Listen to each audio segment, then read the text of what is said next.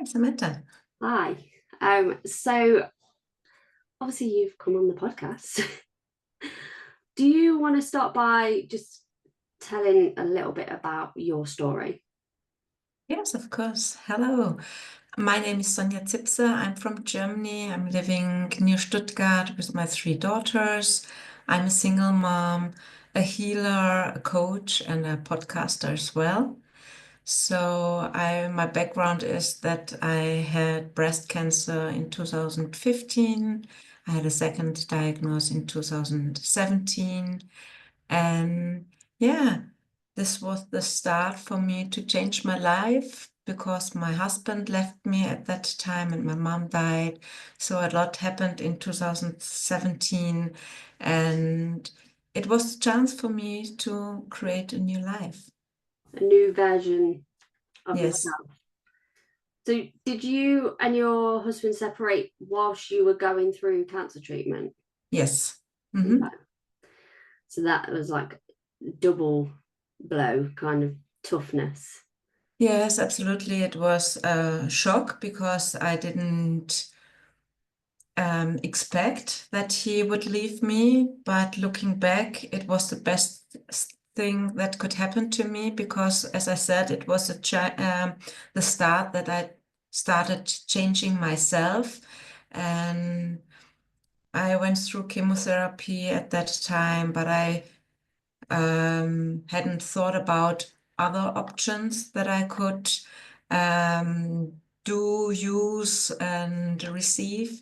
So yeah, I guess it was a great gift he was giving me, but I couldn't see it at once, of course.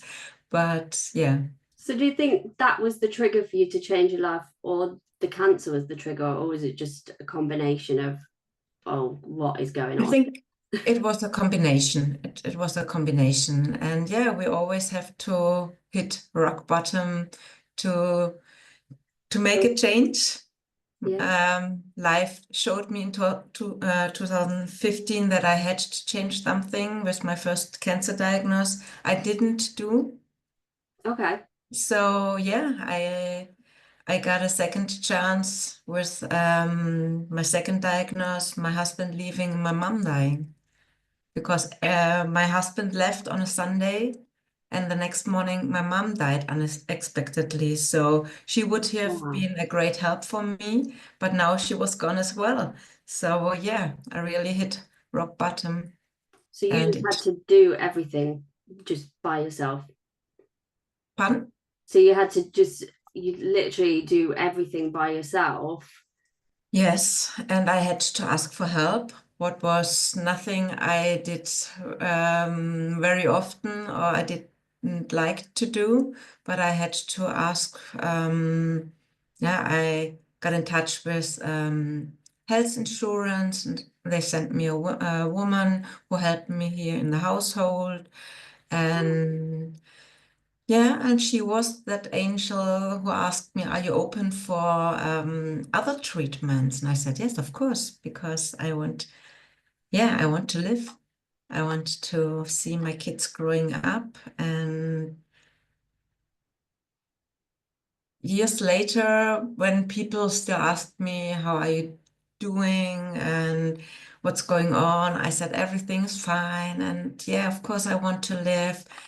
Until I realized that this was the biggest lie I was telling myself, because me as a mom, and my mom didn't show me, uh, or she showed me the same way because she did everything for my sister and myself.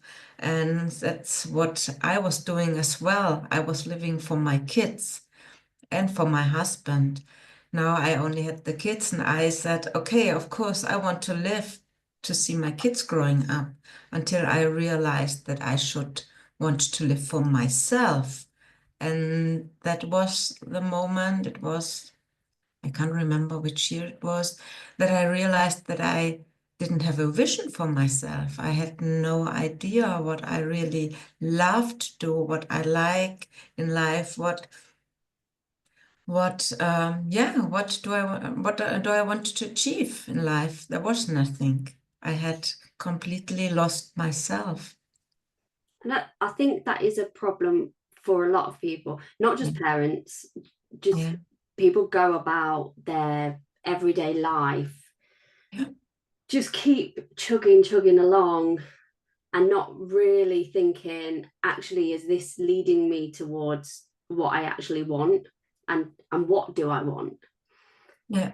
And sometimes, unfortunately, it takes a huge moment in life to make people realize, actually, you know, I don't, this isn't the life that I want, and I need to make some changes.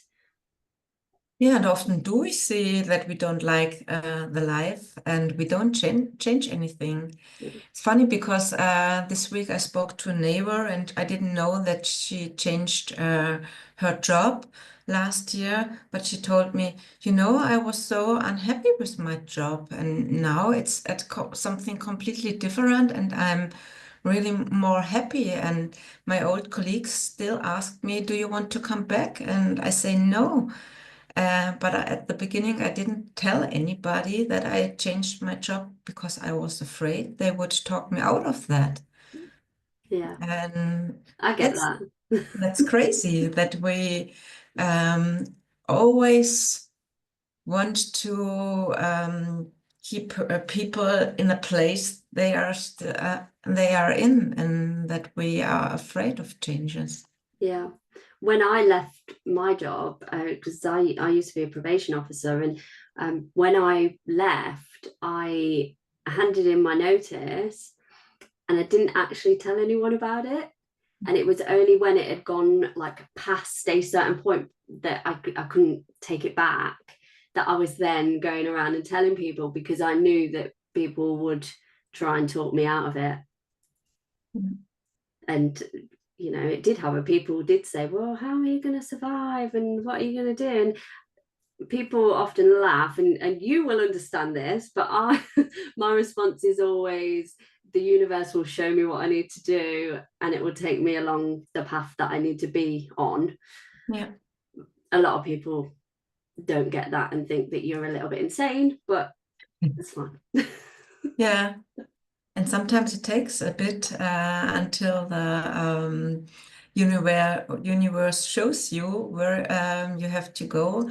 And of course, it's try and error. Yes, sometimes you go a path and then you realize, oh, that was not the right one. Yeah. But at least you tried and you learned something, and you can say, okay, this is not what I really want. So you can cross it out. Yeah.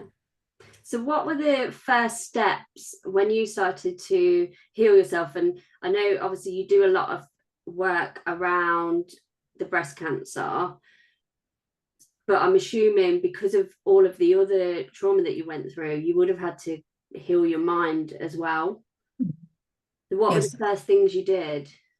I booked a course, self-healing, and that was the first thing, also with mindset work, as you just said. And for me, healing starts in your mindset.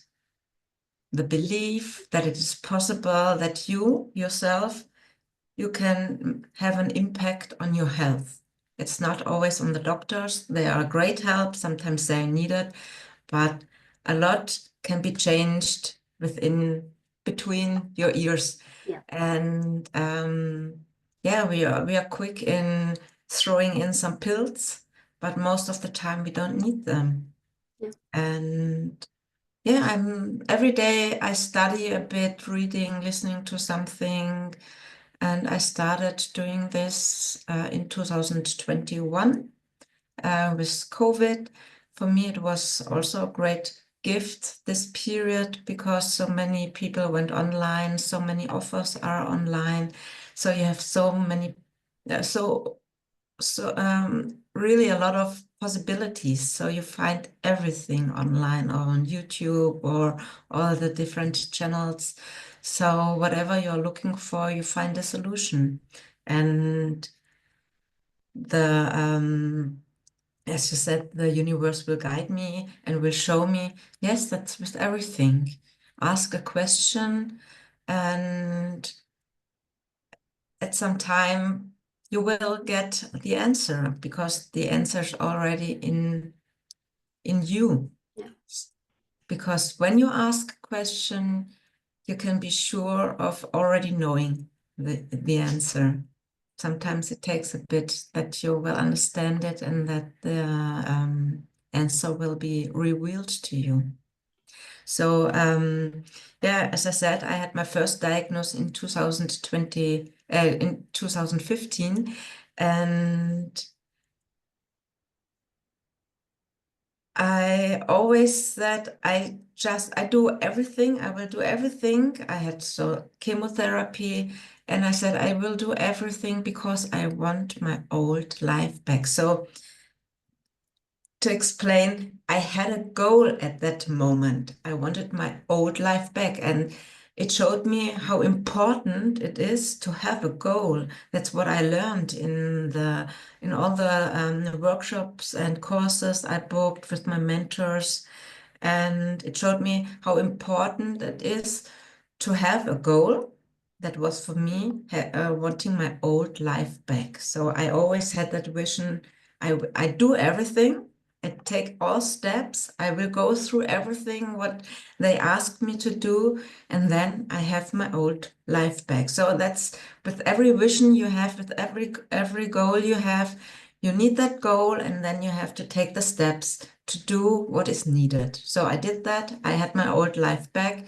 Approximately 10 months later, I had a breast operation. I went through different treatments, but then I went to rehab, 3-week rehab.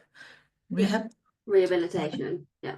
Yeah, and then I had my old life back. That started right away. I come home from that 3 weeks. I was one day at home. We went skiing, and I came home with a lot of laundry and a lot of work. 3 kids.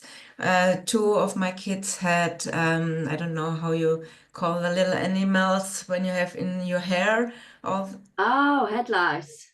yeah, maybe. But it's not a nice thing. So I was busy getting that stuff out of my kids' hair, was washing hair and everything. I had the laundry, and I just came back from my rehab, and yeah, my old life back was back.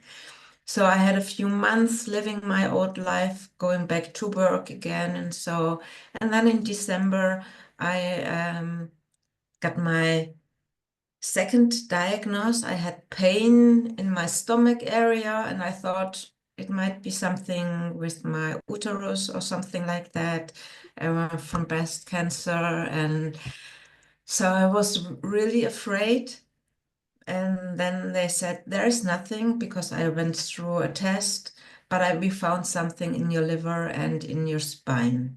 And that was a great shock, because I hadn't expected this. But for me, it was sure, okay, the universe has plans with me, because otherwise I didn't have pain in this area. So I wouldn't have noticed.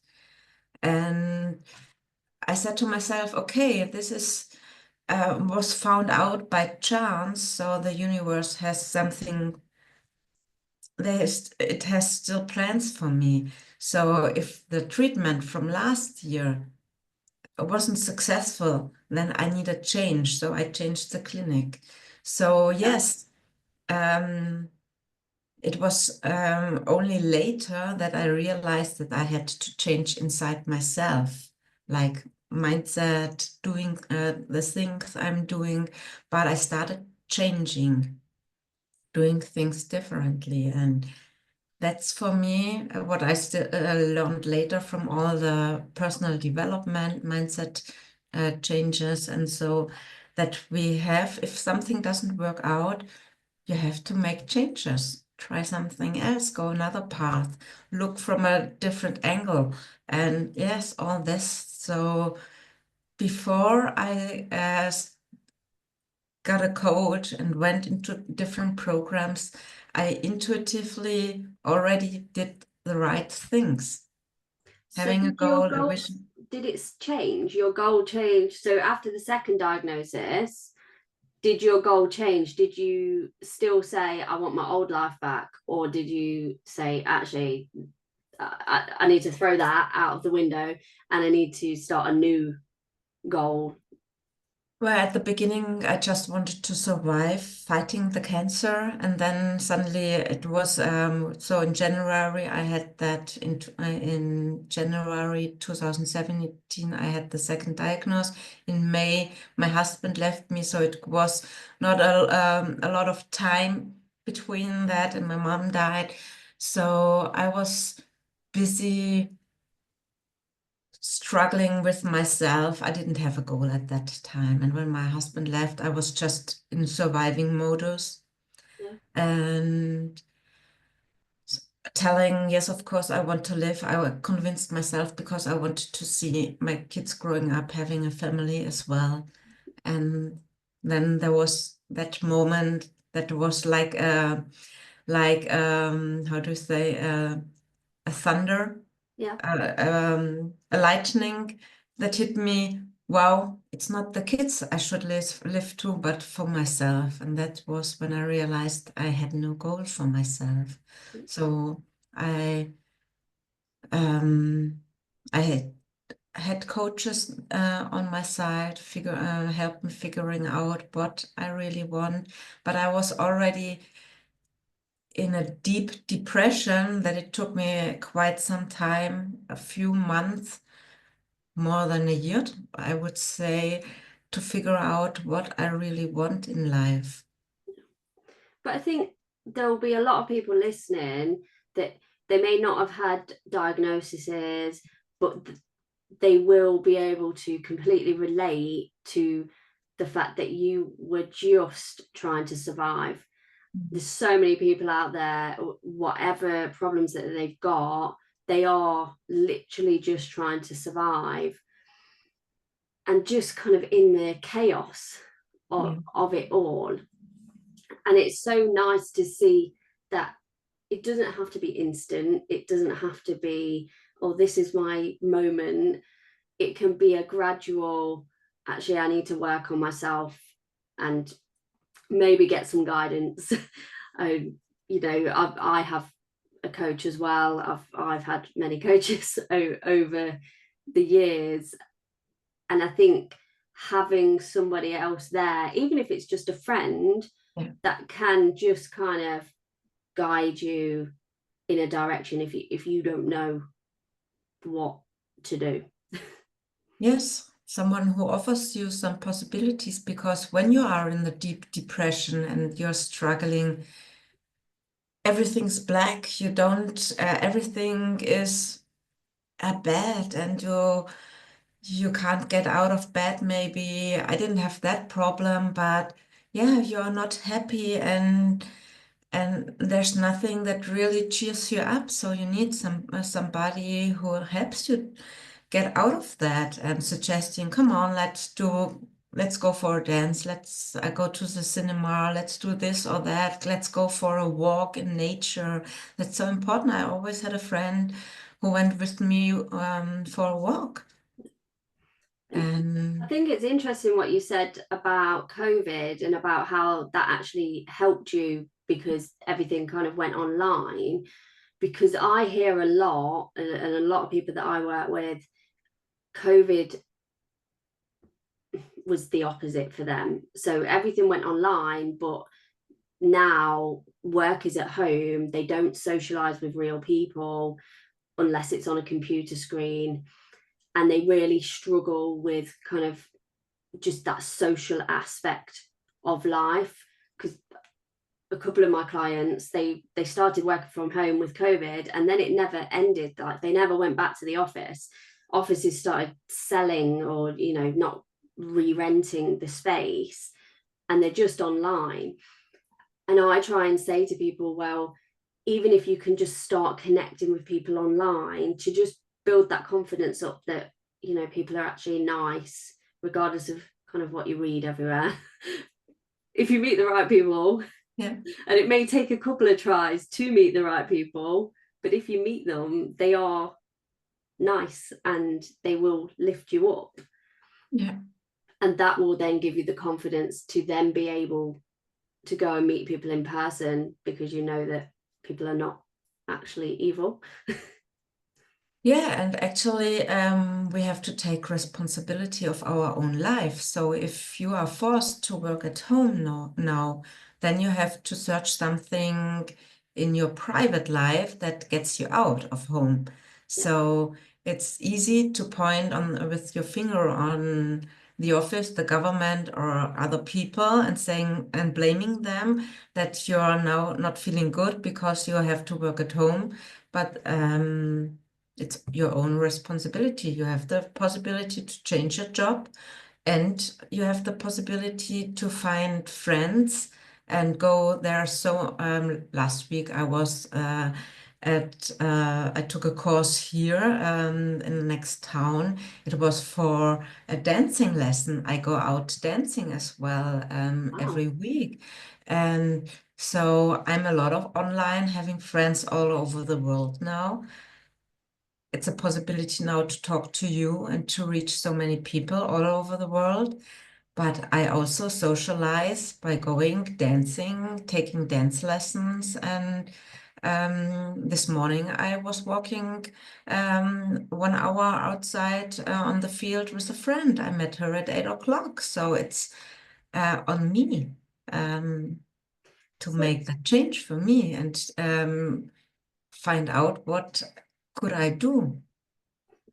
do you think if you kind of went out in Germany, obviously you live in Germany, do you think people are friendly like on the street? Because I think depending on where you live in the UK depends on the reaction that you get from people. Quite a while ago, I was in London and I started to, there was a small child with his mom. No, I wasn't just speaking to random small children. Obviously, I have my own children, so I know that that's not a good thing. But he was tapping, and obviously he was bored. And I have a son that gets very bored, so I just said to him, "It's boring waiting for the tube, isn't it?" And the look on his mum's face was like I was the devil, and she quickly kind of like walked to the other end of the platform. And I posted on social media about, just this random thing, and people were like, you shouldn't speak to random people in the street. And I thought, well, that isn't how I've kind of been brought up. My granddad was the kind of person that would speak to anyone. So you would walk down the street with him and he would be literally going, hi, hi, hi, to everyone. So do you think in Germany it is like that, where you could just say hi to people as you walk down the street? I think we should do that more, of course, as well, yes. And I realized that it depends on which part you are also in Okay. Germany. I think we have parts where people are very focused on themselves, not looking left or right, and not speaking to anybody. But then you also have parts where I once visited a friend in a very small village, and everybody greeted. Yeah. I was really surprised. That was crazy that everybody, even the kids, so many kids Yeah. don't look at you and don't greet. And yeah, I think that's something we should do more often, start looking in the faces of people, in their eyes, and greet them. Yeah. I And had even an smiling, you just smile at people. yes, and Make their day better. sometimes when I remember that I do it really.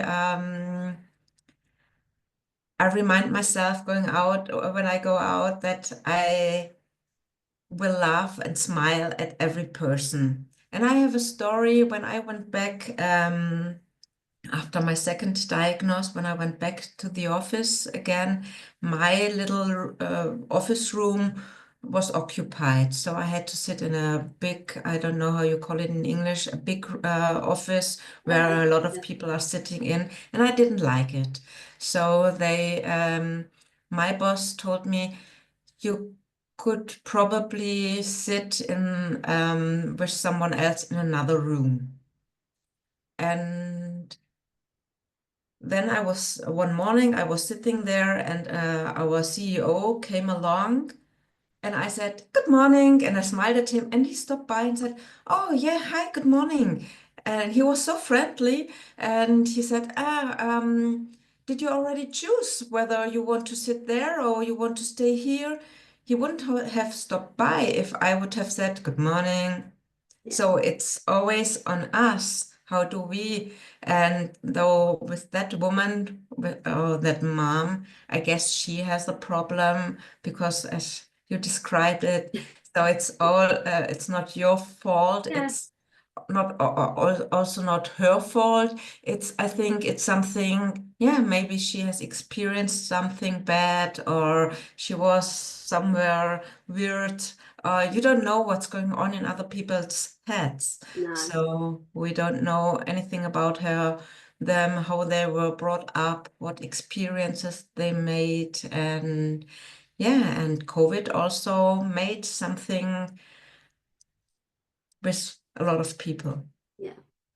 So your experience of going out and kind of meeting new people and doing new things like your dance class, and the reason I ask this is because I do that as well, and I go and do random things and meet new people, and I have a lot of groups now where I'm like, I actually don't know how I've got time to do these things and be a parent and do all the other things that I need to do, but I have always been welcomed, you know, even if it's somewhere completely new and I've never met anyone. The experience that I've had of going to groups is friendliness and just people realizing that you are new and you might be nervous, so they are kind of extra nice to you. And I tell my clients that, and I think sometimes they think that I'm just making it up to try and get them to go and do new things. So your experience of doing new things and meeting new people, has it always been positive? Are you welcomed in? Yes, of course. So, and yeah, it's of course not all people you're not connected with everybody. So where I'm dancing, there are people I don't have a connection, so I don't have to speak to them. So there are so many other people as well. So it will never be like that you will like everybody and that you're on the same level of frequency. And that's normal, that's okay. Yeah. So, but if there's at least one person you like and you have a good conversation or a good laugh with or whatsoever, and sometimes it lasts for let's say 2 or 3 months, or sometimes you are there for a year or forever, so people come and go. That's okay and normal. Yeah. And I think that is something to remember, that we don't have to like everyone, we don't have to connect with everyone, because everyone's different and we all have our own different values and the way that we want to live our life. Yeah. And if you go to something and you speak with someone and you think, this isn't my person, and I've done that quite a few times where I've been speaking to someone and in my head I'm thinking, this isn't my, we're not going to be friends because we clearly are not on the same level, and that's fine. Yeah. A lot of people take that as, I tried something and I met someone new and I didn't like them and I didn't connect with them, and then they think that's a reason for them to then not do it again. Mm-hmm. But you just have to keep trying, because you will eventually meet the people that you're supposed to be around. Yeah, absolutely. Yeah, I agree. So obviously you are single parent. Yes. Are you dating? At the moment, not. No. I was in a relationship for more than a year, but Okay. not at the moment. Okay. And so was that a big step? Obviously you split up from your husband. Was it hard for you to kind of get back into, I want to date someone or I want to be with someone? Did you find that difficult? Yeah. No, not. No, because I knew that person with whom I had the relationship. I knew him before, so Okay. with him it was not a problem. I'm not sure how it will be as soon as I'm prepared for another relationship. I'm now building my business, so I have another focus, and so it's not something for me that I'm focusing right now on. But I think yes, so my kids are older now. One is 18, one is 20, the youngest is 15. So we changed a lot went on, and I don't know how it will be with another man in our life. I have three girls, so yeah, it will be interesting. But of course, it will also be I started watching Words, so challenging. I don't know. Of course, it will be a challenge and new experience, but that's what life is for. And if it's only something that lasts for 3 months, then I can use these 3 months to figure out, okay, what did I learn from that period? So that's the way I see life now, that everything happens for a reason. Um, when we meet people, if we arguing or if something happens, everything happens for a reason to grow. Yeah. So I really started looking on situations very neutral, because it's like I have a photo in my hands and I look at that picture and I think, okay, what does this situation picture me? What is it telling me? And that's what really helps me. I like that, because I think that a lot of people, certainly a lot of single people that are like, I really want to have a partner. I really want to have someone to spend my life with. They focus so much on that, and then if they start dating, and in the UK we call it ghosting, where they start talking to somebody and then all of a sudden they just disappear, like a ghost, Mm. and they just stop talking to you for whatever reason. People will then take that as, oh, they were supposed to be the person and now they've done that, so now I'm never going to find my person.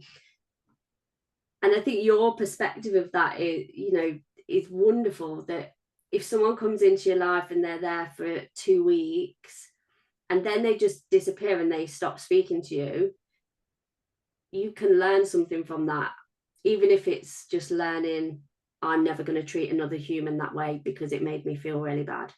Yeah,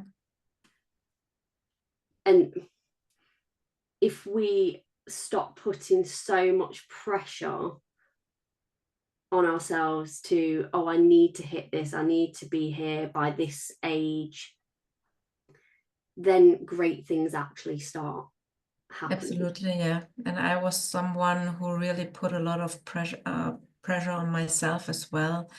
Um, yeah, I always called myself a fighter, and yeah, and bam, bam, bam, I have to do this and that and that. And so I had a lot of expectations as well in other people. So yeah, we have to learn to release all these expectations on ourselves and on other people. Yeah, and just let life flow Yeah. in the way that it's supposed to. Because Yeah, and it's a journey. I'm still learning every day. So I have ups and downs still. So it ends when we die. So it's never too late to change. And every day is a new possibility to make new decisions, to make changes, to learn, to grow. Yeah, and sometimes I still fall and I'm disappointed. And then I can take a look into the situation. Why am I disappointed? Why do I feel hurt? And then I can change that. And so often we don't understand that our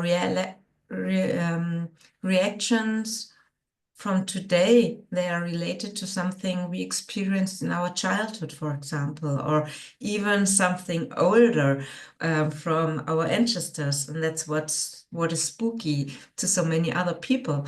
But it's true. Yeah, I experienced that really in my body when I traveled to an old life. When I released it, suddenly things were gone. And with clients, of course, as well, I always also experience similar things. So it's crazy. It's phenomenal, and I'm always so excited. And sometimes I just can't believe it myself. So what is possible, and there is much more possible than we could imagine. So you traveled to your past life, because I've done a future future self one, and which I think I've done it twice, and both times by the end of it I was sobbing with tears. But I've never done the past life. So you've done that? Yes, just in a meditation. Ah, interesting. I may try that. Yeah. So, but you are right, and I obviously have trained in a lot of things to do with human behavior originally, and there is so much linked to our childhood and our past. And when you have seen things happen over and over again, and then you've never learned anything different, you're going to behave in the same way. That it is logic. When someone explains that to you, that, oh, well, you learned to do it this way, so you're just going to do it that way. That's no different to if someone taught you how to drive a car in a certain way, you're always going to drive the car in that way. Yeah. And what you've done, what I did, and what a lot of people do, and hopefully more people will do in the future, is look at those patterns, look at what they learn, and then learn some more as a way of actually changing it. Yes, so important that we look at our patterns and be very open to it, and very I don't know the English word, that you don't lie to yourself. So that you're really open and say the truth. And and I know that from myself, we always want to be good. Yeah. And it was very hard for me to acknowledge that in some areas I'm not that perfect. Yeah. But it's only hard for us because our society taught us that it's not good to be like this, that, and like this. But if we would put that away, and if there were no judgment anymore from the society, then it's just an experience you did. Yeah. And but that's what happens when you have a coach or a mentor, isn't it? Because they call you out on that, on the whatever you're choosing to tell yourself. They will say to you, I'm not quite sure you're being truthful there. Yeah, absolutely. Yeah. I can really recommend to everybody, find a coach, a mentor that guides you through the processes. And I had several coaches on my side. I have now a lot of friends who are coaches, so I can help. I can help them, and they can help me when I have questions. I always call somebody. I had a call with a friend this week who helped me, and I helped someone else. So it's giving and taking. That's amazing. But I also had paid coaches, and I bought different courses, and because that helps you to grow, and the more you grow and the more you release and become aware of your patterns. And it's so important to become aware what's going on in your system and in your outer world, the easier it gets, because you can quicker react, and the quicker you react, you don't have to suffer so long. And the longer you suffer, it becomes more and more difficult. And the longer you are in the depression, in that deep dark, it gets more difficult to get out of that. So the more aware you are what is going on, and the more true, faithful you are with yourself, and the quicker it is. And yeah. Live a great life. Yes. At the end of it. Brilliant. Well, I'm gonna wrap this up. If people want to find out more about you, where can they find you? On social media, my name is always I am Sonja Zipser, so you can find me. I have a YouTube channel, Ambitious Single Moms, it's called.